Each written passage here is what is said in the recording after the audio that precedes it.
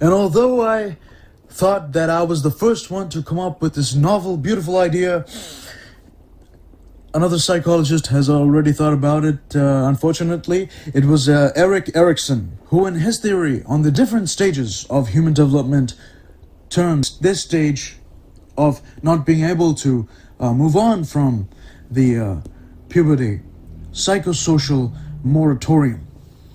A Columbia University psychiatrist, Mirjana Doma-Konda, I'm sorry if I pronounced that wrong, but this person has said 25 is the new 18, and delayed adolescence is no longer a theory, but a reality. In some ways, we're all in a psychosocial moratorium, experimenting with a society where swipes constitute dating and likes are the equivalent of conversation.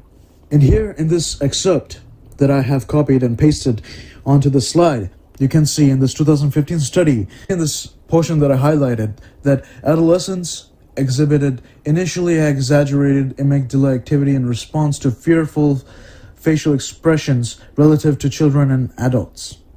The extent to which the exaggerated response diminished over time was associated with anxiety measure in the youth. So why I've read those two parts is because when it comes to the neural development of the brain, there is a exaggerated amygdala activity when we are in puberty. But that diminishes as the connection between the amygdala and the cortex and the other structures that allow the emotional regulation, as they begin to develop, this exaggerated activity diminishes. But as you can see here, it is highly dependent on anxiety measures during the youth, meaning from 16 to 25. Continuing with the excerpt, this suggests that although exaggerated emotional reactivity is evident in adolescence, the maladaptive pattern of non-diminished amygdala activity is associated with high levels of anxiety. And that means that when you are facing higher levels of anxiety during those developmental ages, that means you're stuck. In a way, you're stuck in puberty.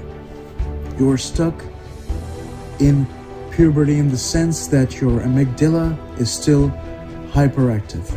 In another source, Van Wood and colleagues, I'm sorry if I pronounced that name wrong, reported that learning rate was associated with intrinsic connectivity between the DLPFC, it's a part of the prefrontal cortex, and subcortical regions, means the regions that are below the cortex.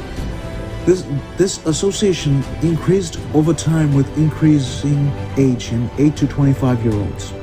Simultaneously, decreased connectivity between the DLPFC and motor areas was associated with better cognition and increased age, which may be related to increasing motor inhibition and impulse control with age. So as you can see, we were supposed to develop impulse control. We're supposed to develop emotional regulation. All these control mechanisms that make sure that we don't become highly reactive, that we don't become unmotivated, that we don't become overly depressed or having other mood disorders. All these pathways that helps us achieve that is being affected, manipulated by the high dosage of anxiety that is received during those developmental stages, as well as the kind of effect that is there from entertainment sources such as that of binge watching, that of pornography, that of social comparison by social media. There are an estimate of 792 million people diagnosed with a psychological disorder globally. Imagine how many people are not being diagnosed or being misdiagnosed because their condition is not officially considered a disorder. who do you go to? What do you do? When do you pick up the prospectus and start reading for instructions? There's not going to be instructions for that sort of stuff in the prospectus.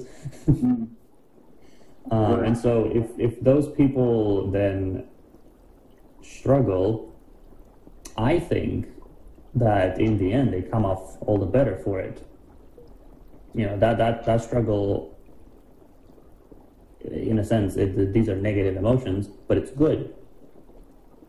I mean, if it's good if you come out of it, what happens to those that do not come out of it? Then, because if you don't help or be able to help yourself, get the knowledge somehow to help yourself, if you can't do that, then you fall down the cliff, whatever it is, then what happens? Yeah, everybody moves on without you, and not in the sense that the other ones are much better developed. Right. They just think that they are, and the system agrees with them until eventually they get into a particular job and then they're 40, and that's why we have midlife crises. Because all these other people have breezed through life, they haven't really been challenged in any way, and then all of a sudden they sit at their office job one morning and they see the pretty flowers outside in the park, and they just think to themselves, well, wait a minute, why am I here? But the people that struggle, and if those people, if they don't receive proper help, the outcome then, I think, depends precisely on what you have brought up for yourself up until that point. If you don't have outside help, right? And many people nowadays go to counseling, therapy, that sort of stuff, but similarly, many people hate it. It's a stranger. You go and talk to a stranger about like your most intimate and fearful experiences. So people then rely on their own strength of character that they've built up until that point. And for some people, they can see that it's a problem, that they're struggling, but they can also see that this might be temporary, that, let me talk to my parents, let me talk to my mom, let me just go out every day, take a walk in the morning and try to feel better in the fresh air and that sort of stuff. And so they have mechanisms in place. They have a mentality that says, this is tough, but it's important. I'm welcoming it. It's needed. And that can come from a variety of factors. It can come from like their upbringing and how they react to things that have happened to them in the past. It can come from having good role models. But then there's people that would be very close to having these reactions and to dealing with the problem in a good way, but they haven't experienced anything like this before. And so when you're put in a situation where you haven't dealt with at all in your life, the first reaction that you're going to have is panic. So if you don't get over the panic, that can spiral. And the problem, all these institutions are built for stuff like progress, success, economic achievement, all the stuff that no one tells you to your face anymore. But it's true. So if you don't already have all your coping mechanisms with you,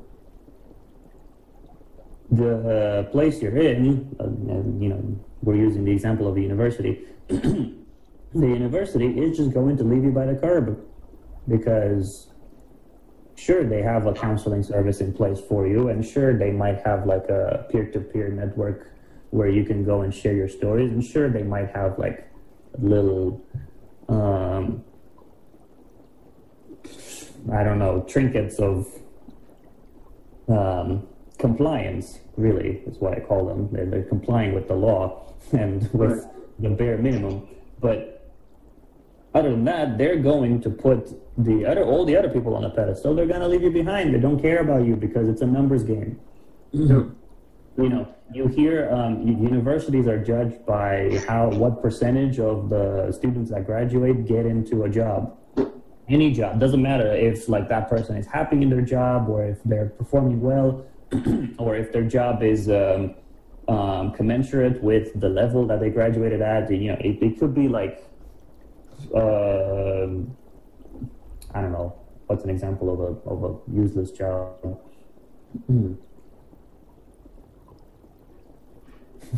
You're good at this. Useless job. Useless job. Well, I can think of many, but I can't say it on camera. There's a book by this guy called David Graeber. He's an economist at LSE. It's called Bullshit Jobs. So what he does is he takes testimonies from people, like thousands and thousands and thousands of people that have sent messages and emails and so on and that sort of stuff, and they describe how bullshit their jobs are. But it doesn't matter to the people that make the numbers, because if 94% of a graduating class is enrolled in some form of job in the workforce within 6 months of graduation, that is an unparalleled success, and we should all be clapping. Yeah. Yeah. So, you know, you're essentially expected to rely on your own emotional and mental capacities, even at this very important stage where, like you said, this definitive jump is being made for your emotional faculties to emerge as complete, as adult as they can be. So it's the stage where you would need the most care and the most guidance. Turns out to be the stage where everyone expects it to be fully formed already. Yeah. And then we see 12-year-olds that are essentially turned into 18-year-olds way too quickly, because that's the other way that these people can cope. Is, well, I have all this pressure on me. I'm at, you know, university and figuring out my identity and my style and, you know, fitting in with the world and like all that sort of stuff, because no one helps you with that when you chemically need it.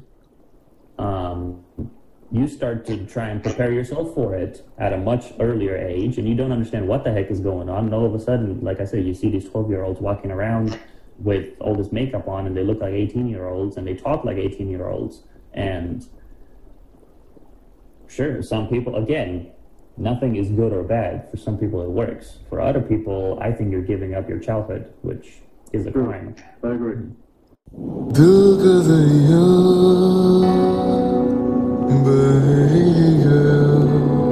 One thing, I don't know why. It doesn't even matter how hard you try.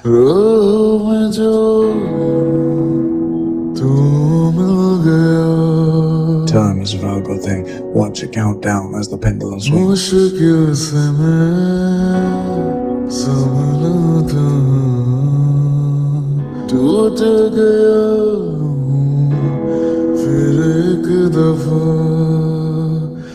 बात बिगड़ी है इस कदर, बात बिगड़ी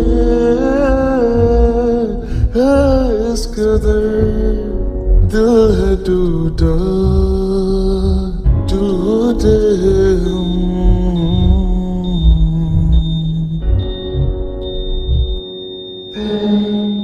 But I won't let it turn into hate.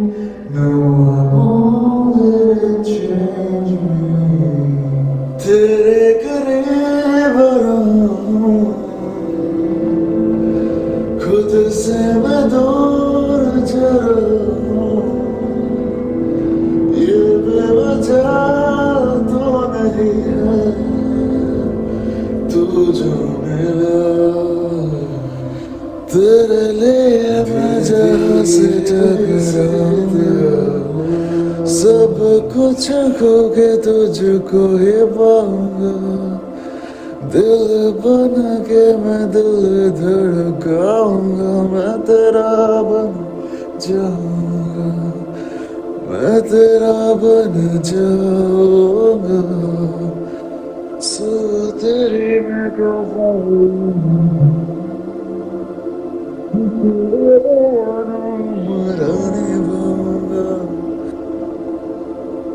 Hey, but I won't let it turn to hey, no, I won't let it change me.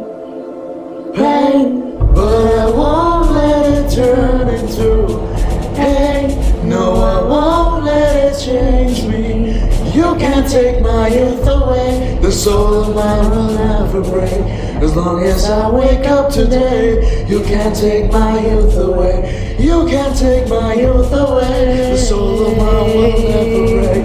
As long as I wake up today, you can't take my youth away. You can't take my youth away.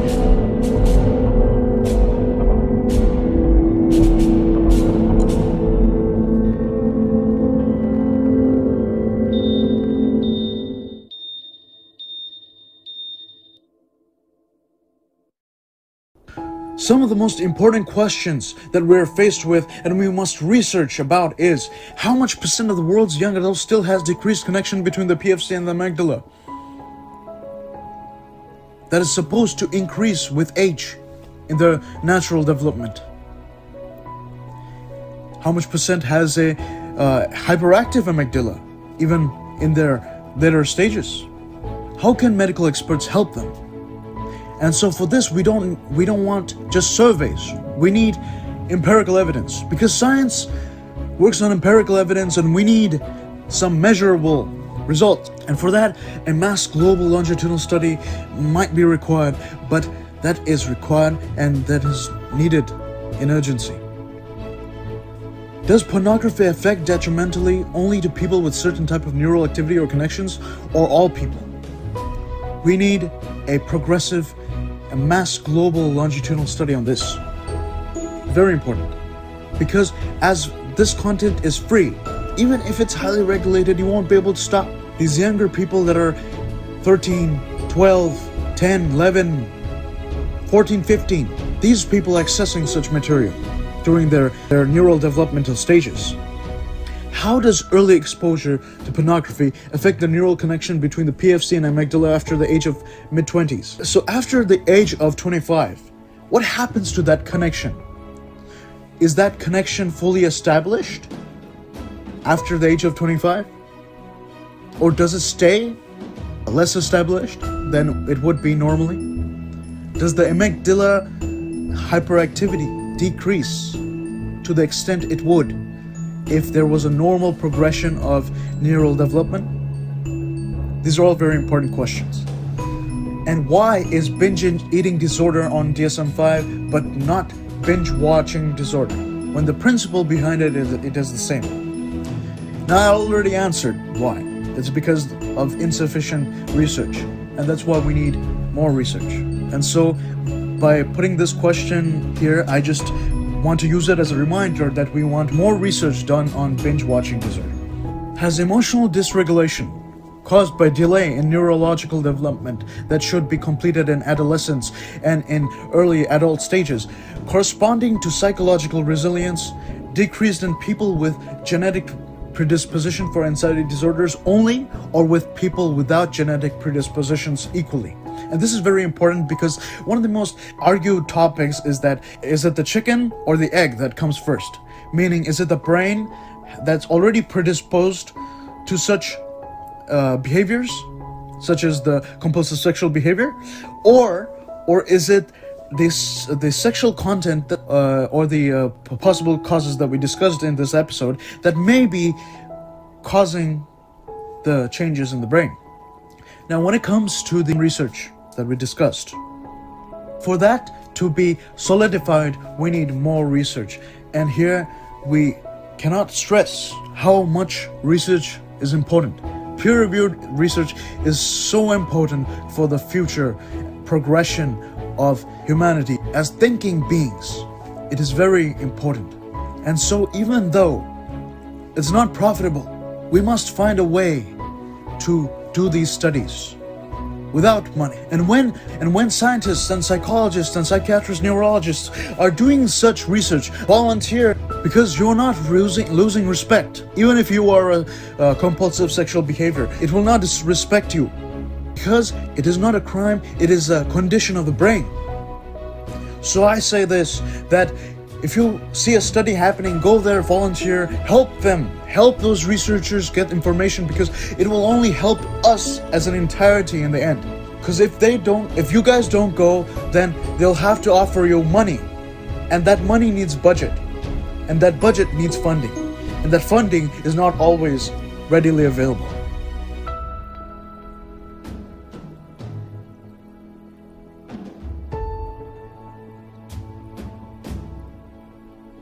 And I think it's something that we should keep questioning ourselves in our daily lives, so that we ourselves can keep ourselves healthy and be able to regulate our emotions a bit better. And the question still remains: how do we fix all these gaps to have this population, this huge population of disturbed people with psychological disorders, with personality disorders, or whatever factors that cause them? What do we do to keep them away from having diseases, and how do we fix them? And there are solutions out there that are very questionable as well, and we will question them on another episode with another person, or with the same person. I haven't decided yet, honestly speaking. Okay, anyway, thanks for the episode, brother, and let me tell you all, always show love to your friends, family, your siblings, because strangers need to be loved too. Give small compliments every once in a while. Listen to what people have to say, even if you don't agree or fully understand them. The key is to help them get to a mental state where they can understand their own problems better. Help them help themselves. Make sure they are not having suicidal thoughts or feeling unimportant. Show them why they are special to you. People are a plant. A relationship is a plant, and if you don't water it from time to time, it'll die. So always remember, water your flowers, and let's all make a beautiful garden here together. Thank you. And with this, in the rain. In the rain. So anyway, with this, I exit. We will see you on the next episode. Thank you. All right. Thank you.